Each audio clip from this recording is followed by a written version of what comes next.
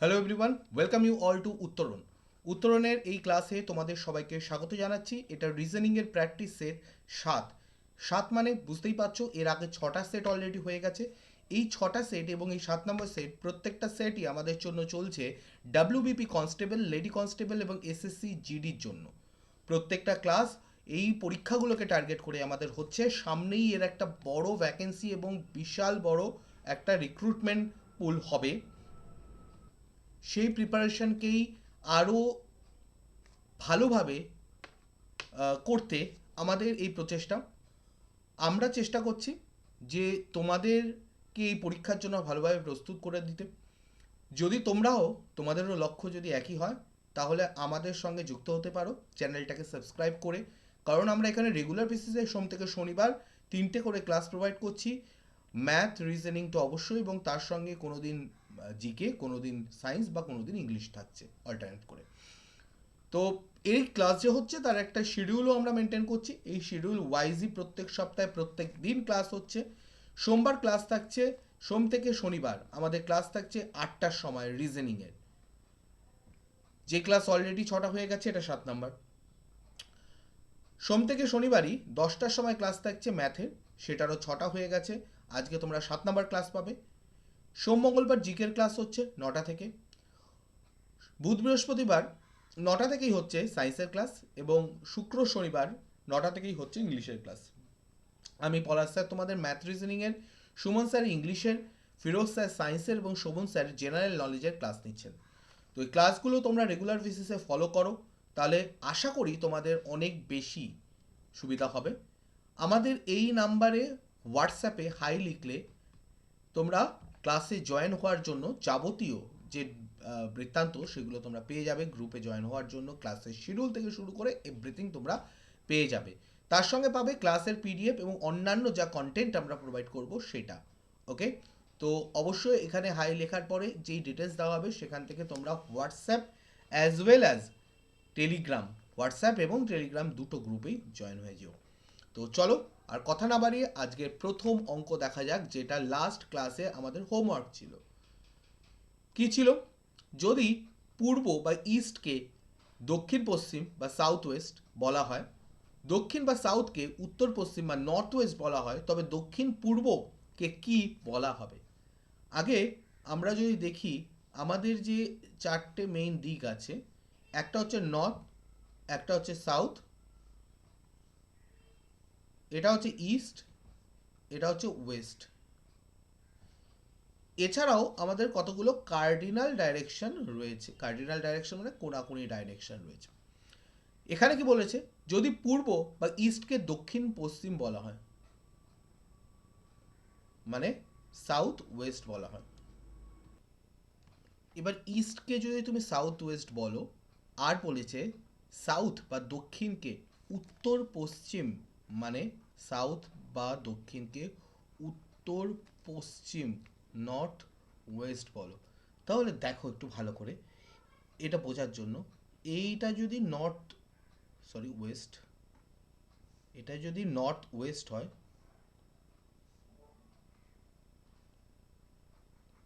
আর এটা যদি south West হয়, তাহলে নর্থ ওয়েস্ট আর সাউথ ওয়েস্টের মধ্যে কমন কি? এই ওয়েস্ট পার্টটা।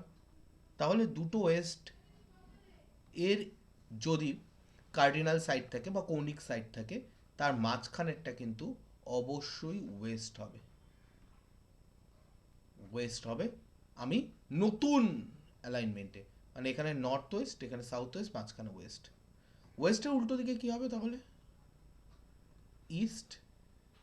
ওকে, এবার বলেছে তাহলে সাউথ ইস্টকে কি বলা হবে? সাউথ ইস্ট অ্যাকচুয়ালি কোনটা? সাউথ আর ইস্টের মাঝখানে এইটা অ্যাকচুয়ালি সাউথ ইস্ট। সাউথ ইস্টকে তাহলে ওয়েস্ট বলা হচ্ছে। ওয়েস্ট বা পশ্চিম, অপশান এ এখানে কারেক্ট। 2 নম্বর, কোনো মাসের পঞ্চম দিন শুক্রবার হলেও ওই মাসের 26তম দিনের 4 দিন আগের দিনটি কি বার হবে? পঞ্চম দিন মানে 5 তারিখ শুক্রবার,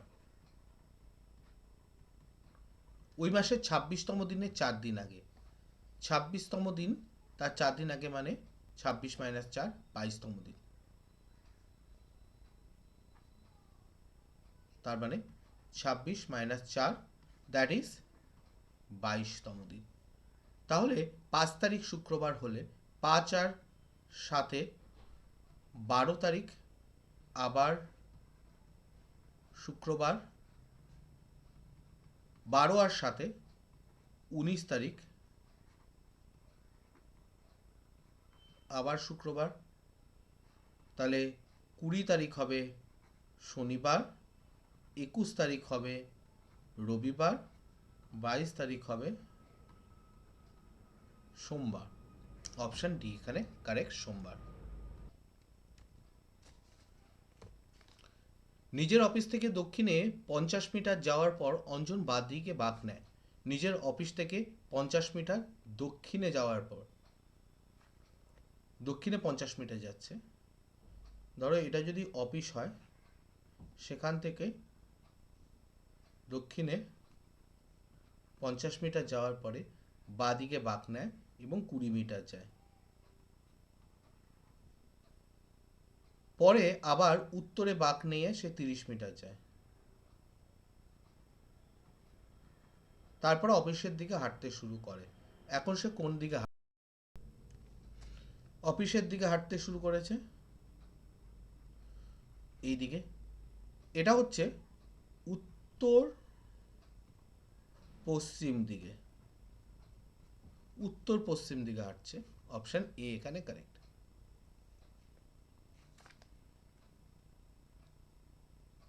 যখন হোয়েন এর অর্থ গুণ,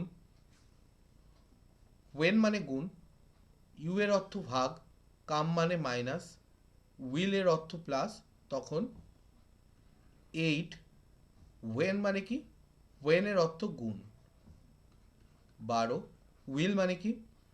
উইল এর অর্থ প্লাস, ইউ এর অর্থ কি? ইউ মানে ভাগ, কাম এর অর্থ কি? মাইনাস, এর মানে কি? প্রথমে গুণ করি, 8 12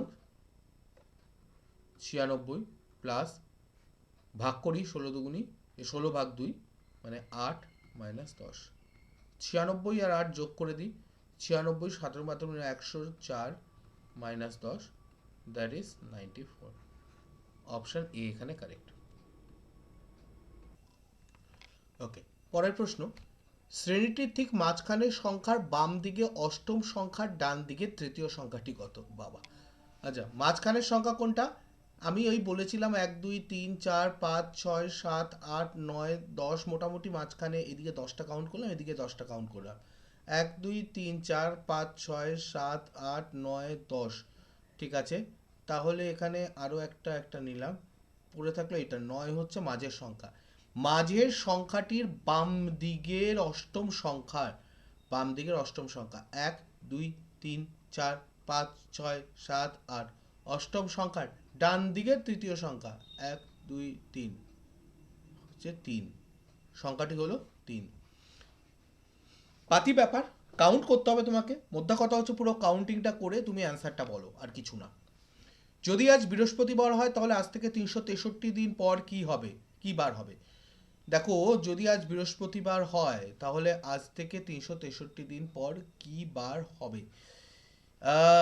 একটু কনফিউজিং আছে প্রশ্নটা। কেন কনফিউজিং বলি, আজ থেকে 363 দিন পর কি হবে তার একটা জিনিসের ওপর ডিপেন্ড করবে, সেই বছরটা লিপিয়ার কি লিপিয়ার নয়। আচ্ছা, এখানে তো কোনো মাস বলেনি, তাহলে না, সেরকম কোনো কিছু ডিপেন্ড করছে না, কোনো লিপিয়ার ফিপিয়ার ব্যাপার নেই। জাস্ট এটাকে 7 দিয়ে ভাগ করো, 5 7 35, 13, শুধু অড ডে বের করো, কতগুলো অড ডে আছে, 7 অক্ষে 7, তাহলে 6, ছখানা অড ডে। ছখানা অড ডে মানে কি? ছখানা অড ডে মানে কি? তোমার যেই দিনটার কথা বলা হয়েছিল, বৃহস্পতিবার প্লাস 6, মানে বৃহস্পতিবার পরে শুক্র শনি রবি সোম মঙ্গল বুধবার, বুধবার হবে। অপশন ডি কারেক্ট এখানে। রাখি 10 বছর আগে বাগদান করেছিল, বাগদানের সময় রাখির বর্তমান বয়স হলো তার বয়সের 5/3। বাগদান মানে ওই বিয়ের ব্যাপারটা। 10 বছর আগে বিয়ে হয়েছিল, বাগদানের সময় রাখির বর্তমান বয়স তার বয়সের রাখির বর্তমান বয়স তার বয়সের 5/3।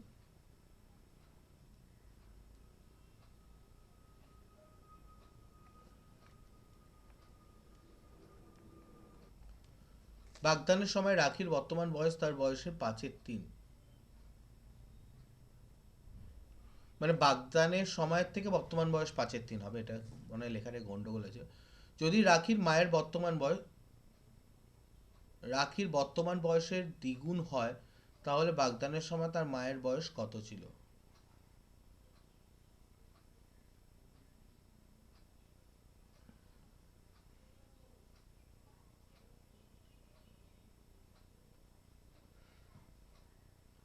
তাহলে দেখো,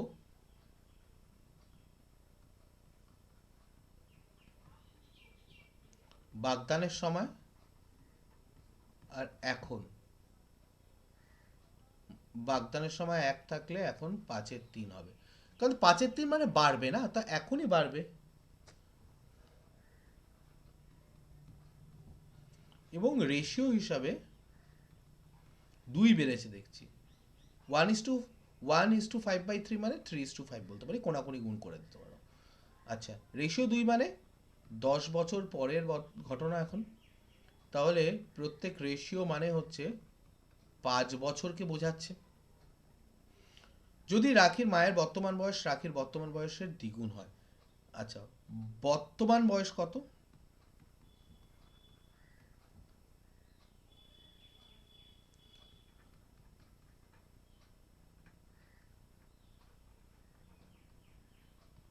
রাখির বর্তমান বয়স 25, রাখির মায়ের বর্তমান বয়স দ্বিগুণ।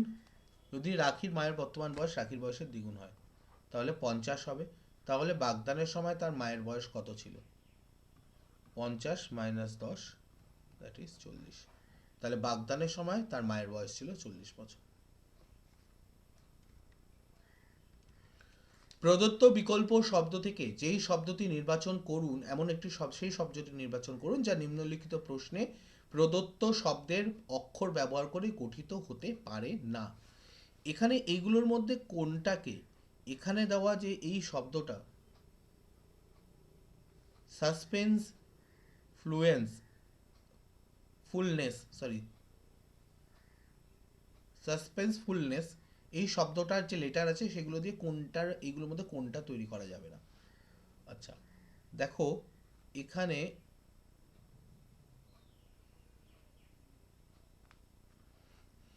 সিন্স, এসিএন এসি দুটো এস লাগবে, দুটো এস আছে।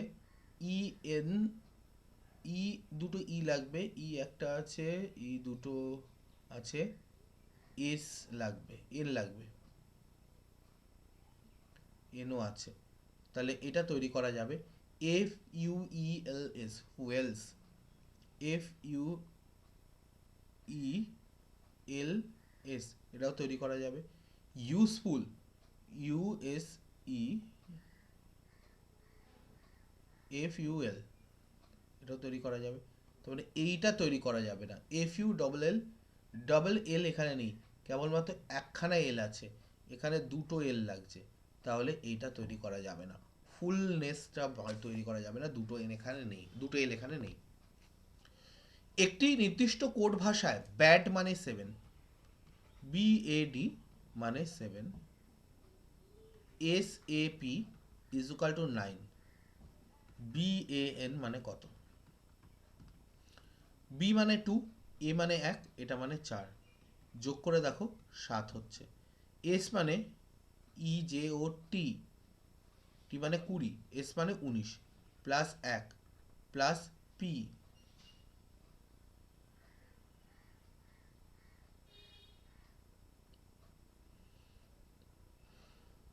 16, কত হচ্ছে? 19,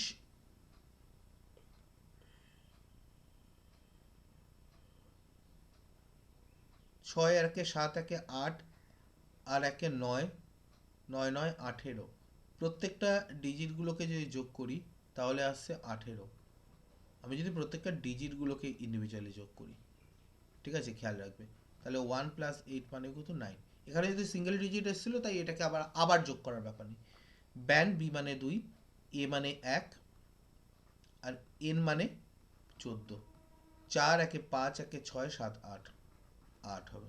অপশন এ কারেক্ট। ডিজিটগুলো প্রত্যেকটা যেই ভ্যালু আসবে তার প্রত্যেকটা ডিজিটকে আলাদা আলাদা করে কাউন্ট করে যোগ করতে হবে।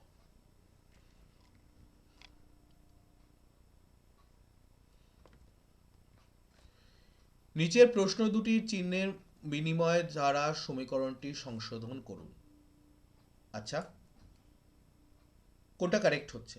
গুণ আর বিয়োগটাকে যদি ইন্টারচেঞ্জ করি, গুণের জায়গায় বিয়োগ দিই, বিয়োগের জায়গায় গুণ দিই, তাহলে কত হচ্ছে? 8/4 মানে 2, 7 দুগুণী 14, তাহলে 9 বিয়োগ 3 প্লাস 14 কত হচ্ছে? 6 আর 14 20, আসছে না, 28 আসা উচিত, তাহলে এটা হবে না। সেকেন্ডটা দেখি কি বলা আছে। 9, এবার হচ্ছে প্লাস আর মাইনাসটাকে এক্সচেঞ্জ করো, গুণটাকে কিছু করার দরকার নেই, প্লাসের জায়গায় মাইনাস করছি আর মাইনাসের জায়গায় প্লাস করছি, তাহলে কি হবে? আগে গুণ করো, 3 নং 27 বিয়োগ 8 আর 4কে ভাগ করলে 2 আসবে প্লাস 7, তাহলে এখানে কি আসছে? 27 আর 7-এ 34 মাইনাস 2 করলে 32, সেটাও কিন্তু হলো না, 28 আসছে না এখনো, এটাও বাদ। এরপরে একটা ভাগ আর যোগটাকে ইন্টারচেঞ্জ করো, 9 গুণ 3, ভাগের জায়গায় যোগ, যোগের জায়গায় ভাগ করো, এবার বাকি সব যা ছিল তাই রাখো। 9 গুণ 3/8, এটা হওয়ার চান্স নেই, প্রায় হবে না, বাট তবুও দেখি। 3/8 মানে হচ্ছে 3-এর 8, এবার এটা +4 - 7, এটা হবে না। কেন হবে না? এখানে একটা ফ্র্যাকশন ভ্যালু চলে আসছে, এটা কোনোদিনই অ্যাকসেপ্টেবল নয়, কারণ এখানে কোনোদিনই ফ্র্যাকশনটা কেটে 28 আসতে পারে না। এবার গুণ আর ভাগটাকে এক্সচেঞ্জ করো, 9 ভাগ করে দাও গুণের জায়গায়, আর ভাগের জায়গায় গুণ করে দাও, ব্যাস। এবার কি বলেছে? 9/3, এটা 3, এটা কারেক্ট হওয়া উচিতই, কারণ বাকিগুলো যখন ভুল হয়েছে এটা তো হওয়া উচিত। 4 × 8 = 32 - 7, তাহলে কি হচ্ছে? 32 আর 3-এ 35-এর থেকে 7 বাদ দিলে ইয়েস 28 আসছে, কারেক্ট। এবার বোঝাই যাচ্ছিল বাকি তিনটে যখন হচ্ছে না তখন একটা তো হতেই হবে, লাস্টেরটা, আর কোনোটা তো কারেক্ট হচ্ছে না। যদি 4*5 %3 = 8000 হয়, তাহলে 2*3 এবং 2*3 %2 মানে 36।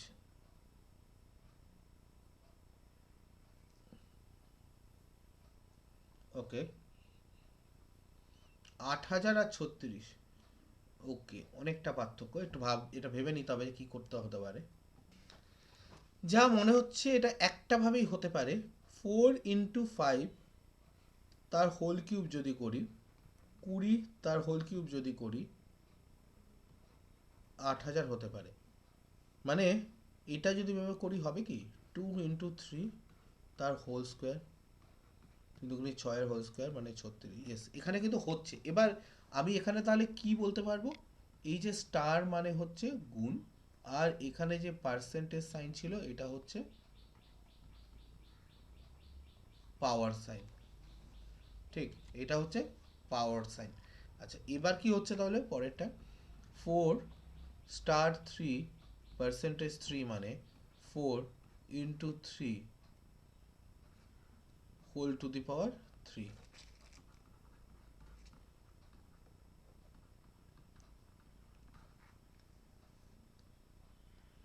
12 কিউব মানে 1728, মানে অপশন বি এখানে কারেক্ট হয়ে যাচ্ছে।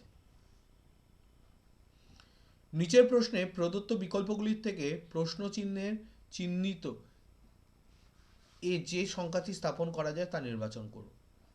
এখানে এই জায়গাটার গ্যাপে বের করতে বলেছে। এখানে দেখাচ্ছে 3 2 5 1 আছে, এখানে 31 আছে, 4 2 3 6 আছে, এখানে 145 আছে। কি করা যেতে পারে?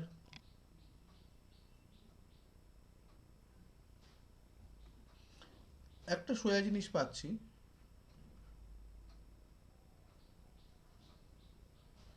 3 × 2 + 5, সরি গুণ 5, 3 × 2 = 6, 5 × 6 = 30, যোগ 1 করলে 31 আসে। এখানে কি তাই আসে?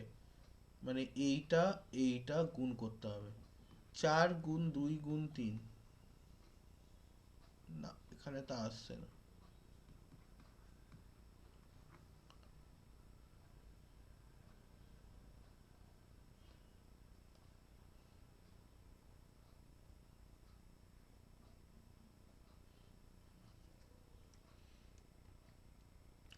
আর কি হতে পারে এখানে?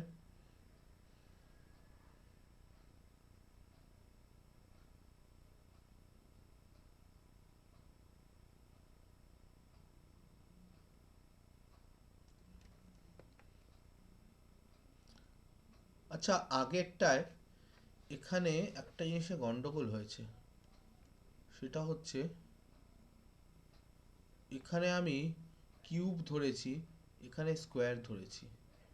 আচ্ছা সেটা তো হবে না। আচ্ছা না, ঠিকই তো আছে, সরি সরি আমি ভুল করছি।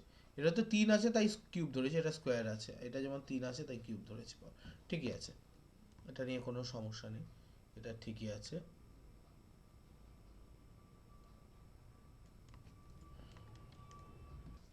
আচ্ছা, আমার মনে হচ্ছে আমরা ঠিকই এগোচ্ছিলাম, কিন্তু একটু গন্ডগোল হয়েছে।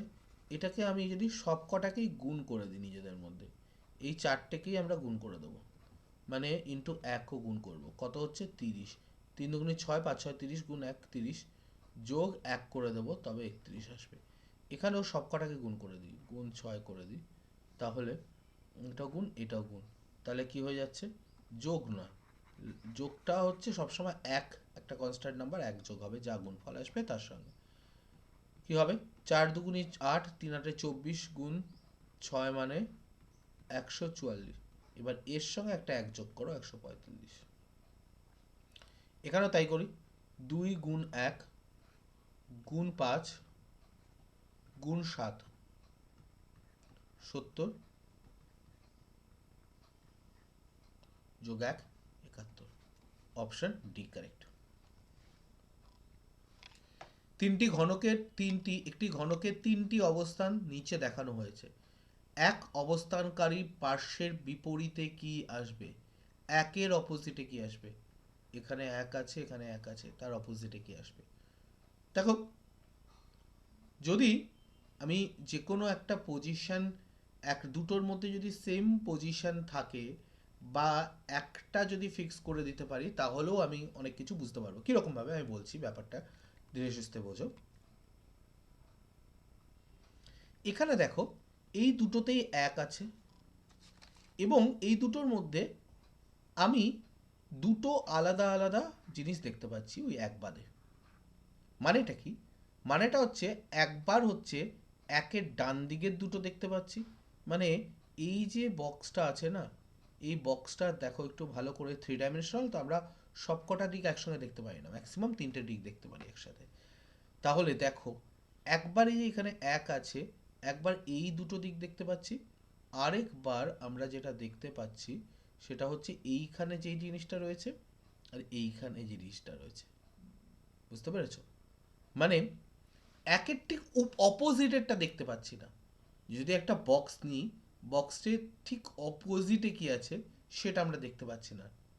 ওকে, যেমন ধরো ব্যাপারটা অনেকটা এইরকম, আমি যদি তোমাকে একটা বক্স নিয়ে দেখাতে চাই, তাহলে আমি বোঝাতে পারবো হয়তো। দেখো, এটা যদি একটা বক্স হয়, এই বক্সের 6টা তল আছে, ঠিক আছে, এই বক্সের 6টা তল আছে। আমি যদি যে কোনো একটা তল, যদি আমি ধরো এইখানে যে এই তলটা আছে, এই তলটা দেখি, এই তলটার অপোজিটে আছে এখানে যেটা দেখতে পাচ্ছি এর ঠিক পেছনের দিকে, ঠিক এইটার অপোজিটে হচ্ছে এটা রয়েছে। এবার আমি যখন এই দিকটা দেখছি, তখন একসঙ্গে এর দুটো দিক দেখা যেতে পারে, হয় এই দিকটা আর এই দিকটা, বা এই দিক আর এই দিক, কোনোভাবেই কিন্তু এর সঙ্গে একসঙ্গেই তুমি এই পেছন দিকটা দেখতে পাবে না। পেছন দিকটা দেখতে পাবে না, ওটা গার্ড হয়েই থাকবে, তুমি যেভাবেই দেখো না কেন। তার মানে এখানে যে 4টে তল দেখা যাচ্ছে, এই 4টে তলের কোনোটার অপোজিট তল নয়, মানে এর বাইরে কোনো একটা অপোজিট তল আছে। একটা ঘনক, তার 6টাই তল আছে, এক দুই দিকে দেখতে পাচ্ছি, একবার দেখতে পাচ্ছি একদিকে আছে 4, একদিকে আছে 2, আরেকবার দেখতে পাচ্ছি একদিকে আছে 5, একদিকে আছে 3। তার মানে 1 বাদে বাকি দুটো তল এই দুটো, 4টে তল হয়ে গেল 1 2 3 4, এই একটা 1 5, তার মানে অপোজিটে আছে এর বাইরে যেটা রয়েছে 1 2 3 4 5 হয়ে গেছে, 6 হচ্ছে তার মানে অপোজিটে রয়েছে অপশন এ কারেক্ট। এটা কোনো কাজে লাগবে না। নিম্নলিখিত অক্ষর সিরিজে কয়টি এ আছে যার ঠিক বি এর পরে এবং জেড এর আগে অবস্থিত? কতগুলো এ আছে? 1টা, 2টো, 3টে, 4টে, 5টা, 6টা, 7টা, 8টা, 9টা, 10টা এ আগে পেয়ে গেলাম, কোনো এ মিস যায়নি, একদম ঠিক আছে। এবার বলেছে যার কতগুলো এসে যার ঠিক আগে আছে, আগে এ আছে কতগুলো এ আছে যার ঠিক যা ঠিক বি এর পরে, বি এর পরে না, এটা হবে না, এটা কি বি এর পরে না, এটা বি এর পরে না, এটা বি এর পরে না, এটা বি এর পরে না, এটা বি এর পরে, এটা বি এর পরে এবং জেড এর আগে আছে, জেড এর আগে, তাহলে এটা 1 নাম্বার হলো। বি এর পরে কিন্তু জেড এর আগে নেই, বি এর পরে কিন্তু জেড এর আগে না, বি এর পরে কিন্তু জেড এর আগে, এটা কারেক্ট হবে। এটাও হবে না, এটাও হবে না। হয়ে গেল দুখানা, দুখানা এইরকম আমি এ পাচ্ছি যা ঠিক বি এর পরে আছে এবং জেড এর আগে অবস্থিত। 15 নম্বর প্রশ্ন। নিচের প্রশ্নে এক বা একাধিক সংখ্যা বা বর্ণমালা অনুপস্থিত একটি সিরিজ দেওয়া হয়েছে, প্রদত্ত বিকল্পগুলি থেকে সঠিক বিকল্পটি চয়ন করুন। J to Z, J to Z, K 4x, L 7v, M 11t। আগে যদি দেখি নাম্বারগুলো কিভাবে এগোচ্ছে, নাম্বারগুলো প্রথমে এটা 2 বাড়লো, এখানে 3 বাড়লো, 7-এর পরে 11, এবার 4 বাড়লো, তাহলে তার পরের বার কিন্তু 5 বাড়বে এবং হবে 16। 16 হবে যে 16 কোথায় কোথায় আছে, 16 এই দুটোতে নেই, তাহলে এই দুটোর মধ্যে একটা অ্যান্সার হবে। ফার্স্ট লেটারটা দেখি, জে এর পরে কে 1 ঘর, কে এর পরে এল 1 ঘর, এল এর পরে এম 1 ঘর, এম এর পরে এবার হবে 1 ঘর বেড়ে এন। এন কোথায় আছে, এইটাতে নেই, তার মানে এটা হবে না, ডি হবে কারেক্ট অ্যান্সার। পুরো বের করার দরকার নেই, তুমি যেখানে এসে তোমার অ্যান্সার বাকিগুলোকে এলিমিনেট করতে পারছো সেই পর্যন্ত এসে তুমি থেমে যাও এবং ওইটাকেই বলো তোমার কারেক্ট অ্যান্সার।